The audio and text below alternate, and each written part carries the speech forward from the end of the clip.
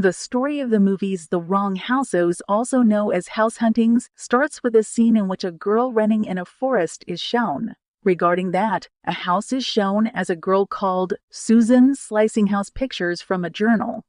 Afterward, his husband George comes and says, "Let's go."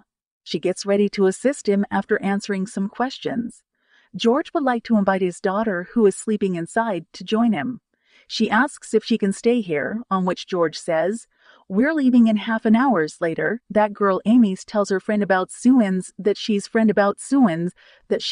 so fake. Now George's, Susan, and Amy travel in a car. This car stops in front of a restaurant. They all go inside. Here, Amy sees a man who sat at the corner table. His face suddenly changes into a horrible face. Amy gets scared, but no one believes her words in car that she wants to go home. But her father's, George's, says that we'll go to visit a house first, and then we'll come back to our house. They reach that house after a long journey for sales was written there, and a picture of its owner was also printed there. As Amy sees a picture of that man, she tells that he's the same man she saw in the restaurant. But her words are ignored. In a short time, they reach there. No one was there. There was a speaker from which the voice of welcome comes. This statement is also spoken that you are free to visit the house. It is also claimed that by pressing the speaker's button, you can know and hear more about this great place. After a short while, a jeep comes there and another family comes who had visited the house before.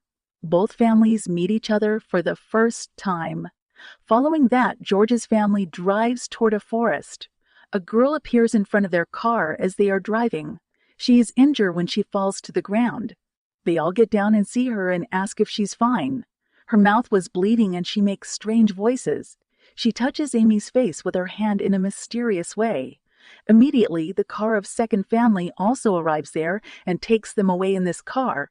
Everyone goes in front of that house where "for sales" was written. Actually, both families were trapped here. Now they try to get out of here in a car, but it stops in front of that house. The head of the other family asks them to go and stay inside, whereas his wife says that it's a bad idea.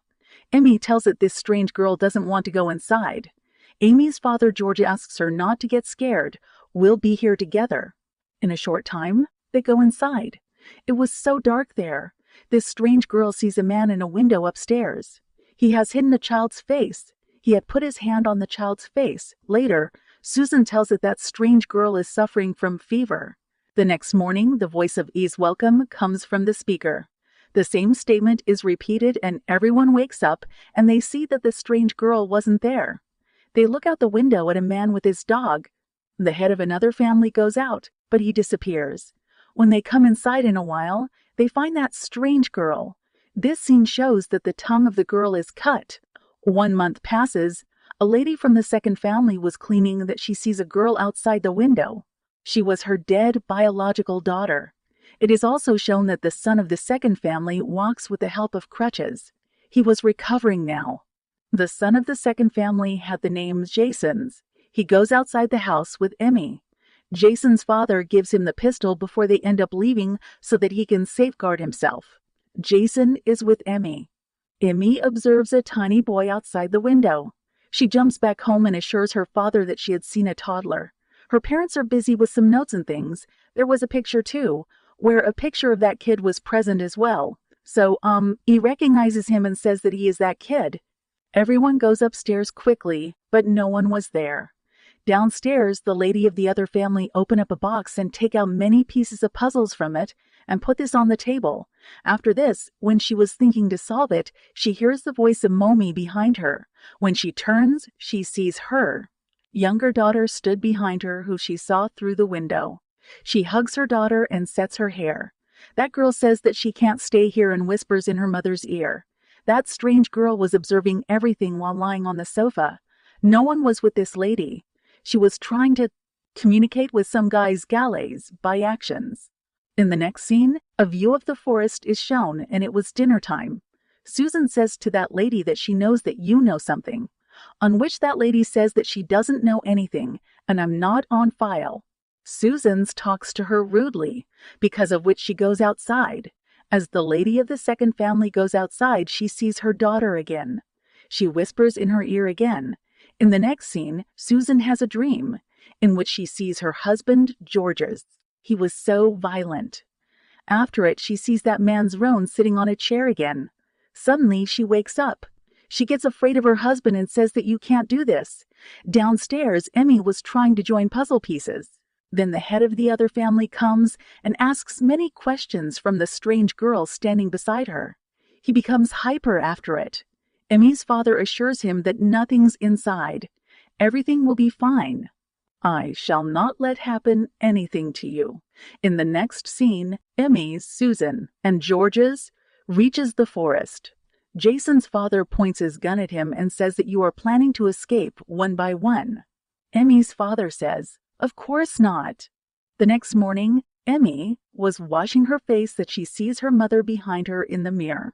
Her throat was cut. On the other hand, Susan moves with a small knife and picks up a hammer as well. She hits the hammer on Jason's father's back. Jason's father was about to die due to this, but Jason asks him that how can they get the road? He asks him about the road, but he dies. As Georgian takes her daughter and that strange girl, to the side. When Susan is constantly crying, she says, "Don't do that in the same way." George's now decides to go out. He gives his gun to his daughter so that she can protect herself, while on the other hand, George's was trying to locate the road through the back steps in the forest. As he reaches the mid of the forest, he hears the voice of, "Hello!"